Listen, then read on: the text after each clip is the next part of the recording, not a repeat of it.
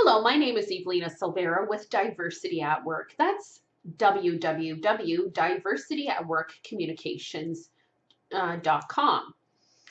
I'm here to talk to you about my favorite subject, and that's diversity and politics. And today's installment is going to be about Justin Trudeau's fake feminism.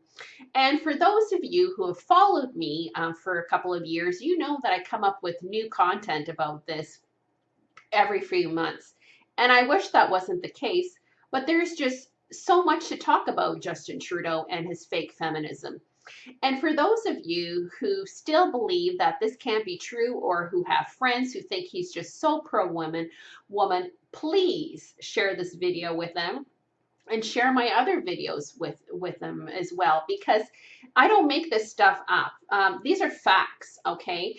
And just to clear the air here, I consider myself a feminist, and I'm kind of proud of that, because for over 30 years, I've been sticking up for women and girls, and my particular issue or beef has to do with violence against women and girls. And I think that's wrong no matter where it happens in the world. And I will always stick up for women and girls who are oppressed due to violence, poverty, anything like that. And because when I feel that when we don't stick up for women in other countries, that we are being racist, that we believe that their lives don't matter as much as ours do, and that in itself to me is immoral. But I want to talk to you about Justin Trudeau, and you know, I don't worry about getting federal government contracts, although I do feel that, you know, they should consider most of these people that I'm going to talk about. I think they should consider some of my sensitivity, empathy training, anti-bullying, and harassment, because it's been very effective, the service that I deliver. And I think there's a lot of people in that cabinet could appreciate and learn a lot from it. And if they did take me up on it, maybe I might consider taking some of these videos down, but not until then. Anyhow, let's get started about Justin Trudeau. First of all, I want to say that think about it for a moment. Justin Trudeau had appointed Deputy Prime Minister Chrystia Freeland. And on the surface, we could say, wow, this is really great. You know, Justin Trudeau is such a pro-woman guy. He is just so great giving a woman this job.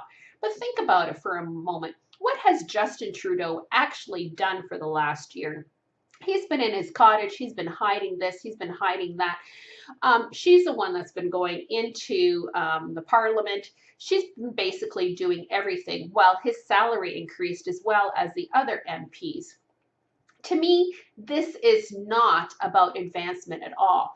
This is about a guy who's absconding his responsibilities and passing it on to another woman, a woman who he thinks will feel appreciated by this. And maybe on the surface, she probably does. But I know that I've been in that position before, as well as a lot of other mature women who've been in that position before, where you get a title and then all of a sudden, everything gets thrown at you while the leader stands back and watches everything, and it collects a higher salary than you do. But when anything goes wrong, you're the one who has to face the consequences. So to me, this is not about leadership at all. It's about avoiding responsibility. And where has this prime minister been? He's been hiding in his cottage. He's been hiding everywhere. He has not been leading. Chrystia Freeland has been trying to lead, and at a very difficult time. It's one thing to promote somebody, but quite another thing when your job is to lead the country and you're nowhere to be found. And basically, you've just handed everything over to this woman to do. And I have to wonder, would he be doing that to a guy? Because I see this consistent pattern with Justin Trudeau that is very uncomfortable for me. Now, the other part that I want to mention too is, remember, you may or may not be aware of this, but back in about June, the Liberal government said that they were going to be pulling funding from the fund to help the trafficking of women and girls.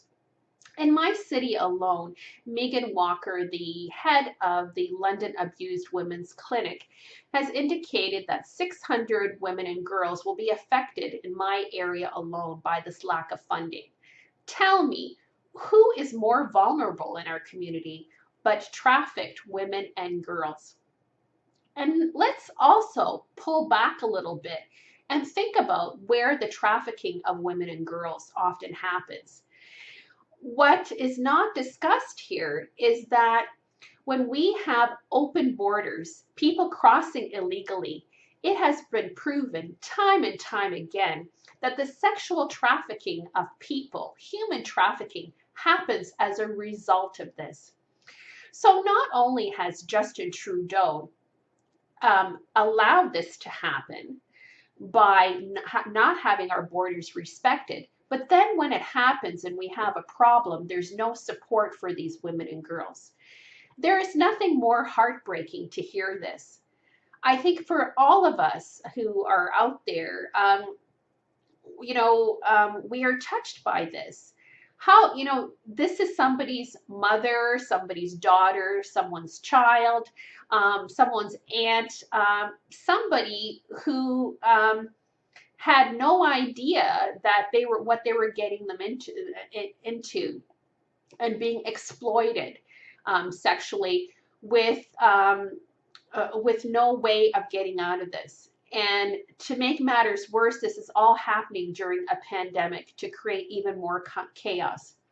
If Justin Trudeau truly cared about women and girls, there would not be any cut to this funding. There has been so much waste in the last, since his term. I don't believe for a moment that we don't have money to fund some of a problem that the Liberal government created in the first place. So I would really push hard with your MPs and contact them about this, because women and girls are important. We need to stop this because the sexual trafficking of women and girls has rippling effects in our community. Not only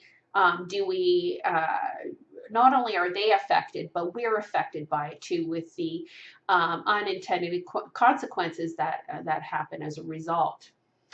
Then I want to talk to you about the MP Marwan Tabara. There were allegations about this MP Marwan Tabara back before the election, of sexual assault, lewd comments, sexual harassment, and I think lately there's been even more serious things. And that was all happening, but that did not stop Trudeau from allowing him into the race. And this is very concerning for me. I see this over and over again with these Liberal candidates. I spent years as a volunteer coordinator, and I can tell you right now, I screened my people, my volunteers, far more than these MPs have ever been screened. What is preventing them from being screened? Is Justin Trudeau so concerned and preoccupied about this racism and Islamophobia that he would allow somebody who has these kinds of allegations that have now been proven to be part of his cabinet? Come on, like where's the integrity? What doesn't it matter who's part of your team?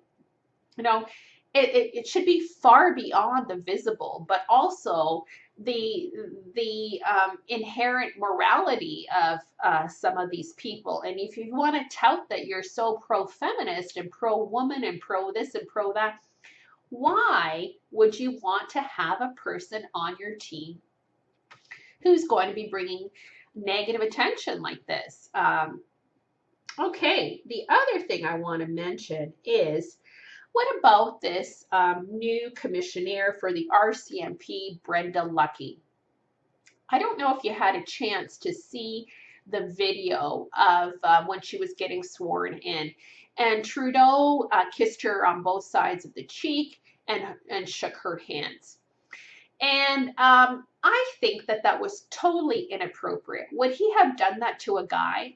No, he wouldn't have done that to a guy. Maybe he would have. I know he does have some boundary issues, but maybe there's a personal relationship. Maybe she's his friend or whatever.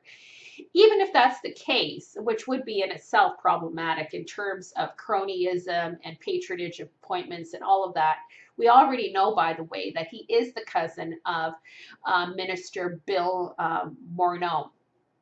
However, anybody who's been in this position before will recognize that that can be very dismissive. You have a good position as a woman, you've made it there, and then all of a sudden some guy comes along and touches you just to remind you that you're a woman. Okay, or touches you on your shoulder, touches you on your back, touches you on your bum, whatever it might be.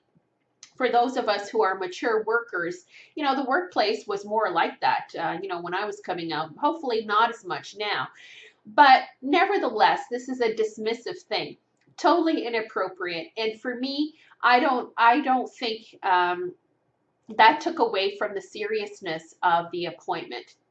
So here's my summary again of Justin Trudeau. I don't think he is a real feminist.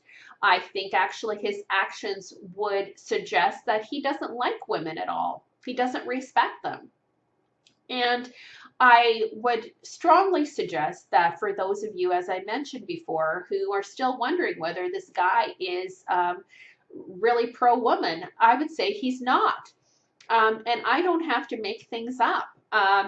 Just investigate some of these items that I've talked about. They're real.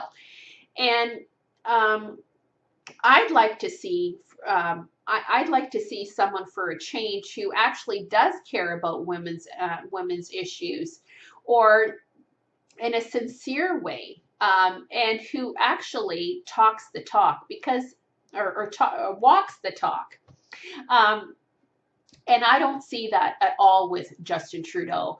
I think not only is his feminism fake, his respect for diversity is fake also, because he has used diversity, a great idea that could bring us together and has always brought us together, has turned our country into a divisive mess.